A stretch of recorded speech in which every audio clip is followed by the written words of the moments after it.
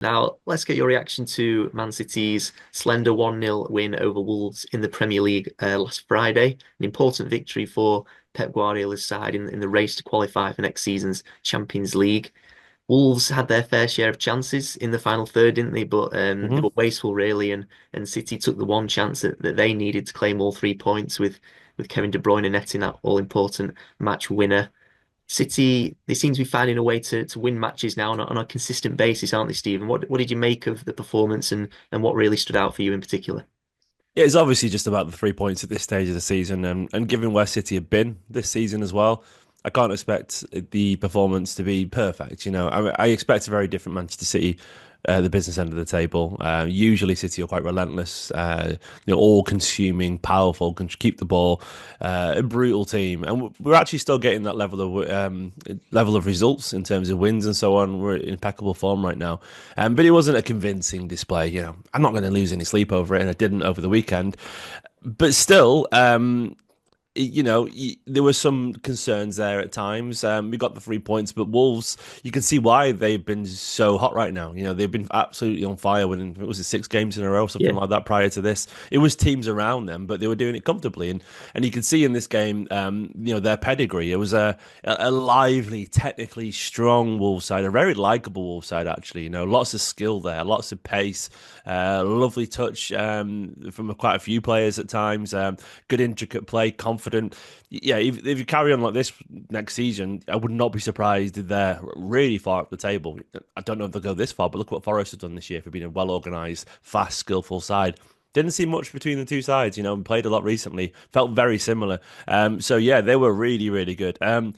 I think a draw might have been the fair result in the end, but you could argue they probably should have had a red card, almost certainly as well. Very, even if it was accidental, it was a very dangerous challenge on Bernardo Silva, so that would have led to a red, and maybe would have just tipped the scales in City's favour anyway, even if they scored. But I don't think Guardiola will be too disappointed by the performance overall. Look, we need to be a little bit better, but it doesn't matter. I'm looking at the table right now, and we're 4 points clear of sixth place, which of course is Champions League football in top five. So we've only got to win, really. I mean, two more games does it. One more game and a draw probably almost certainly does it. So we're in a very good position right now. For the game itself, your Wolves could have scored. We need to sign up that goalpost, by the way. It's following us around since Wembley. 5 times the teams have hit the woodwork in 2 games against us now, which is crazy, but it's also a sign of what Guardiola talked about in terms of the luck. I don't know what it is, but when you're doing playing well, these things go your way. When they're not, they all go in the back of the net. Wolves will obviously regret that. We took our chance by Kevin De Bruyne.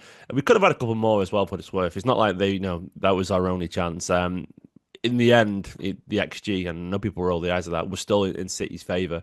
And as much as we talk about chances for Wolves, two of them came in the same chance, if that makes sense. So you're like, you can't get 2 goals from the same chance. I know that sounds a bit silly, but I was Nori when he hit the post and then his shot cleared off the line too. If that had gone in, that would have changed the game, but it didn't. So yeah, overall, a good performance from City in terms of the result. Not a classic. Wolves were energetic. They were powerful. They ran through us an awful lot. I do think it was probably one game too many for the older guys in midfield. They didn't really have the pace to keep up with Wolves. But we managed to keep a clean sheet. De Bruyne scored a goal, which might even be his last ever at the Etihad, and we won. So yeah, job done. yeah. And you mentioned there Kevin De Bruyne, and much of the talk after the game was about him. And like you said, who knows? That could have been his last goal. But it seems to be getting the impression now that De Bruyne is not entirely happy about leaving City at the moment when his Yeah. contract expires in the summer.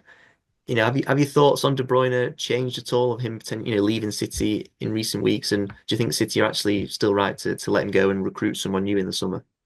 It's really painful as a City fan watching this play out because there is a little bit of bitterness there. It's hard not to acknowledge. I mean, I don't think there's bitterness. I don't think it'd be taken personally, but you can tell he's definitely hurt his pride a little bit. And I think a lot of it is probably down to family reasons. I don't think he wants to move. I think that's the grand idea behind his motivation. As much as he wants to play at the top level, I think a lot of it is he's settled in Manchester and he's got a family, a family home there and a beautiful young family. And I think he's just very, very happy here in general. So, look, I think largely, I don't think he'd ever do it, but if he could carry on playing in the Northwest for another team, I think he'd be quite content, but I don't think he will. He's not going to do that, thankfully.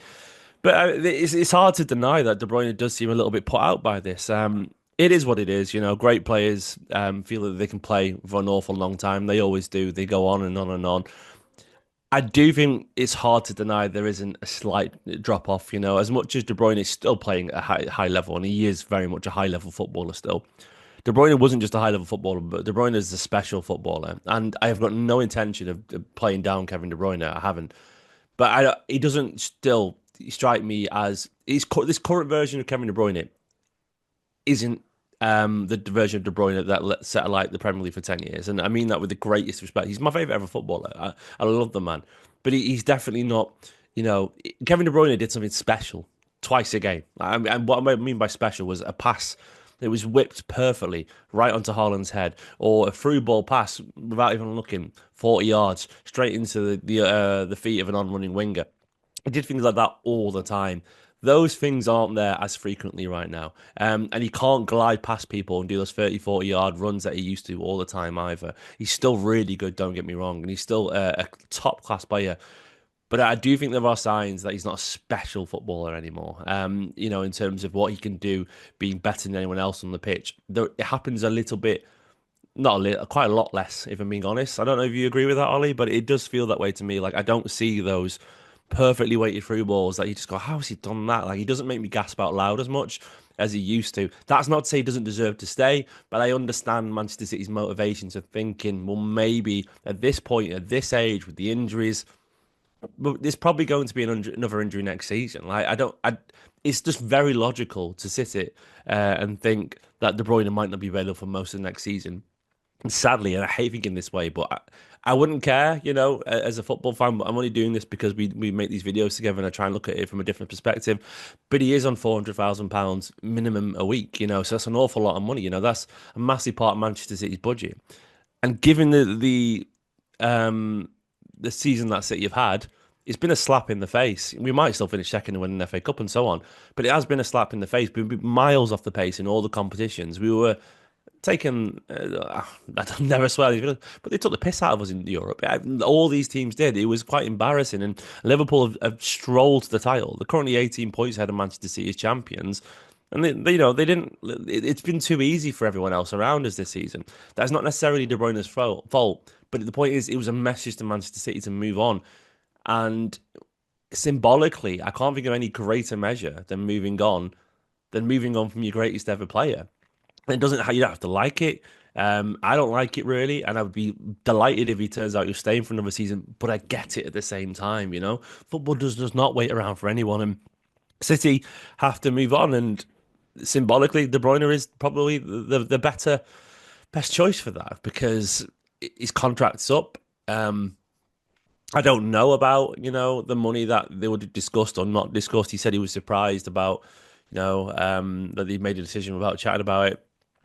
I don't know. I mean, I'm not going to tell him he's wrong, but I'd be amazed if there'd been no chats at any point, even informally, you know. I think the only way they probably stood going into the formal chat before it happened, because these things are spoken about all the time with agents, intermediaries, and players themselves and whatever, you know. So I don't think it was like total shock. I might be wrong. I might be wrong, and maybe that's why it stings a little bit. But I think there was some idea of where they all stood before they went into that meeting. But yeah, like I do feel that this might be a necessary evil, really. As much as I love him, he just doesn't play as much anymore. And I would be amazed if he plays a whole season next year without a serious injury and missing a whole bunch of games. I could be wrong, but it just doesn't feel a sensible bit of business to carry on and presume everything's okay because of a month of good football, because that's all it has been really this season, if we're being honest. What about yourself? Do you think there's anything in that? You know, do you think De Bruyne still has that quality, or how do you? Yeah, I mean, to a degree, yeah, I think you're right. The way sort of that special factor on a regular basis is probably going slightly now, but that's expected when you're soon to be turning 34 years of age. Mhm. And I think, I agree. that's when it's going to be hard for City fans to accept De Bruyne leaving whenever. This is a club legend. He's been there for a decade. It's always going to be hard to let him go, but that day has to come. And I think now, he is soon going to be turning 34. as you've said, we know he struggled with injuries now in recent years, particularly hamstring and muscle injuries, which of Yeah. course, are difficult. It's not just knocks every now and again. These are long-term injuries, a lot of them. And and therefore his game time has been reduced. And I think City will feel that as exceptional as he is or has been, they can't really justify giving a 34-year-old injury prone player around £400,000 a week for whatever it would be, another year or two on a Yeah. contract. So especially if you're only going to play half of their games in a season. I think if you compare it with someone like Mohamed Salah or Van Dijk at Liverpool, who are not as injury prone as someone like De Bruyne, Yeah. they're willing to give someone a huge contract like that, 400 grand plus, because they know they can rely on them for the majority of the season. They're two key players for Liverpool. So, but in comparison, De Bruyne struggling with these injuries. So if he's not going to play that many games, can you justify giving someone a huge contract like that? So, it's probably just as much of a business decision as it is a football one for City. Yeah. And yeah, as hard as it is for, It stings a little bit, and I feel so clinical. But I'm trying to remove emotion from it to make it yeah, easy for myself anyway. And like, look, I the only thing I care about is seeing the great players put in Manchester City shirts, and like, and Kevin De Bruyne is, in my opinion, he's the greatest to ever do it. And maybe even in the Premier League, he's one of the greatest ever footballers. Full stop. I really rate him that highly. And I think when you're that high, look at Ronaldo, man. Like the probably maybe the greatest ever striker. Cristiano Ronaldo. And this is from a City fan. He doesn't accept it. He doesn't accept it because look, I'm not saying he's quite as narcissistic as he is, and that's my opinion, by the way. I'm sure it's not the opinion of you guys, but he's obviously a very confident, borderline arrogant man, Cristiano Ronaldo. He refuses to believe that he can't do it anymore, and that's a trait of the lot of the very best. And I don't think De Bruyne is quite as in his own head as that. I think he's a lot more stubborn, in a good way, like in terms of like if he's more self-aware.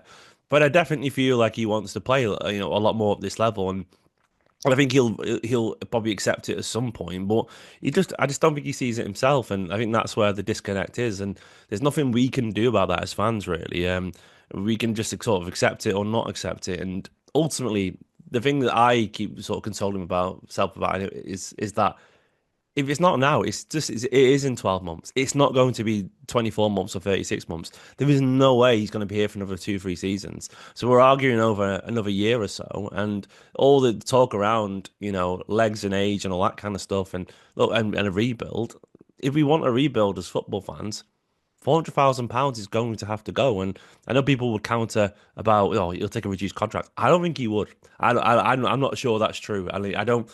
Maybe I'm wrong there, but I'd be amazed if he suddenly accepted £150,000 a week. I just don't see that personally, or performance based thing, because as much as he's brilliant, he's also got pride, and I think players don't tend to just halve their wages quite willingly, and I think that's what it'd take to stay. Maybe I just don't think that was option on the table. So for me, I sit there. If I want him to stay, I have to accept that maybe no young number 10 is going to come through and play that game, or we're not going to have the money to sign a big marquee player like a Florian Wirtz that we all want to sign. You can't have Florian Wirtz and Kevin De Bruyne on the same side. It's just not possible. The money doesn't work that way, and I don't think it'd even be a motivator. Like I go back to Declan Rice when City were trying to sign him. There were rumours that he wanted to be the starting player. And there was rumours that with Rodri there, and Bernardo Silva and De Bruyne, people like, you thought I probably would be rotated an awful lot.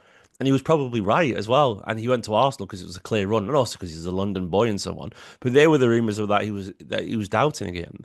And as much as people want to play with Kevin De Bruyne, I reckon Florian Wirtz or someone like that would think if De Bruyne is there, I might be sat on the bench in a Champions League semi-final, because why would you not potentially lean on Kevin De Bruyne because he's Kevin De Bruyne? I might be sat on the bench when we can play Arsenal or Liverpool in a big game because Kevin De Bruyne is there. And I don't think at this point Kevin De Bruyne's presence would be a good thing for some players. I think because he's just such a powerful, all-consuming presence. If you're trying to sign a young attacking midfielder, maybe you have to open the door for them financially and logistically in terms of the squad. So I'm aware that sometimes you have to make difficult decisions. Sometimes you have to pull the plaster off, and it hurts a little bit. But on the plus side, at least we're seeing him go out like this now with big goals and big performances. As opposed to I've watched other players like Yaya literally limp out, and stroll around the pitch, or it was not too dissimilar to Aguero for what it's worth. Publicly, he was a little bit quieter.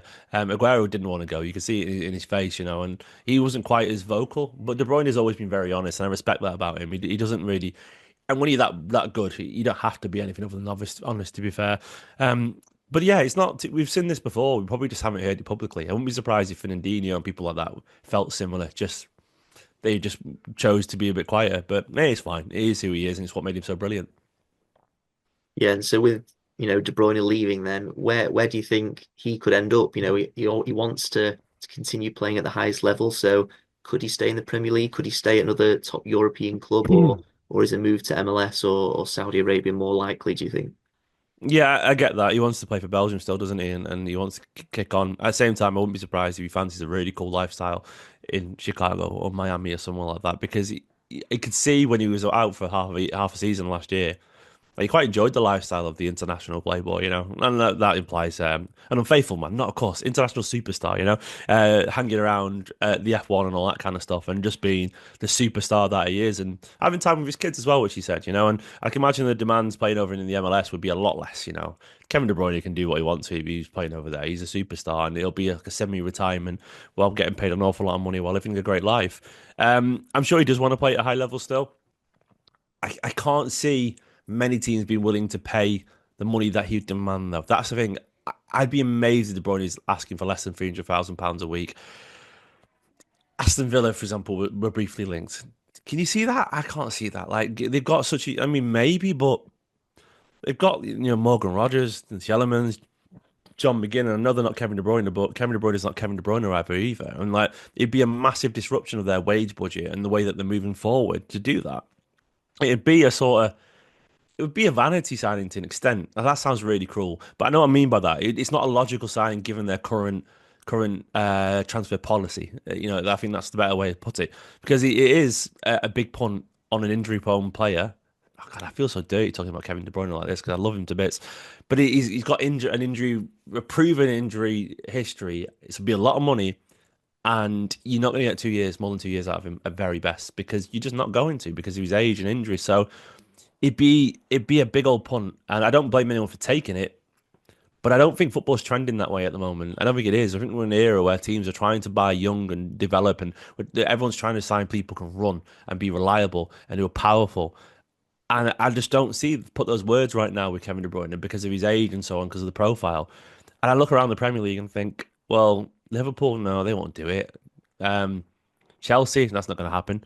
Arsenal, no. Newcastle, no, they're not going to. Like, I just don't see these as options, and I can't see it. Like, is anyone you can see in the Premier League? Personally, it just doesn't seem to make sense to me in terms of squad balance, wages, expectations.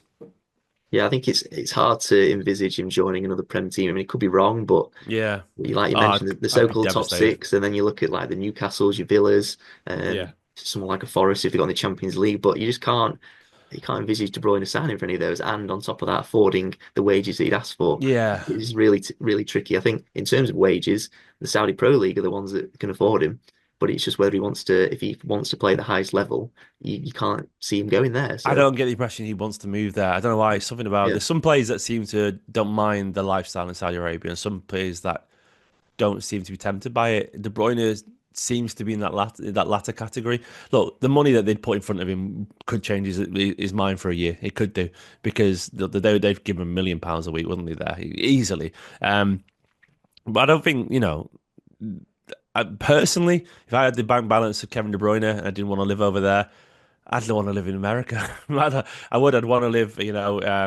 like Chicago. Fire apparently interested. Chicago is a great city.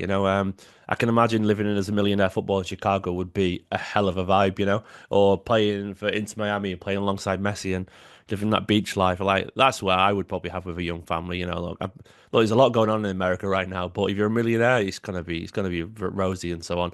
So I think the MLS would probably be where he ends up, and I could be wrong.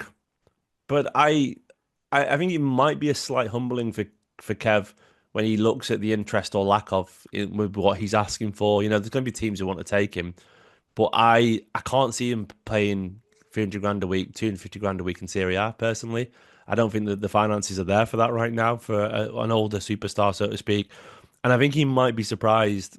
For example, now he does. It's very obvious he doesn't know what he's doing next season. He keeps saying that.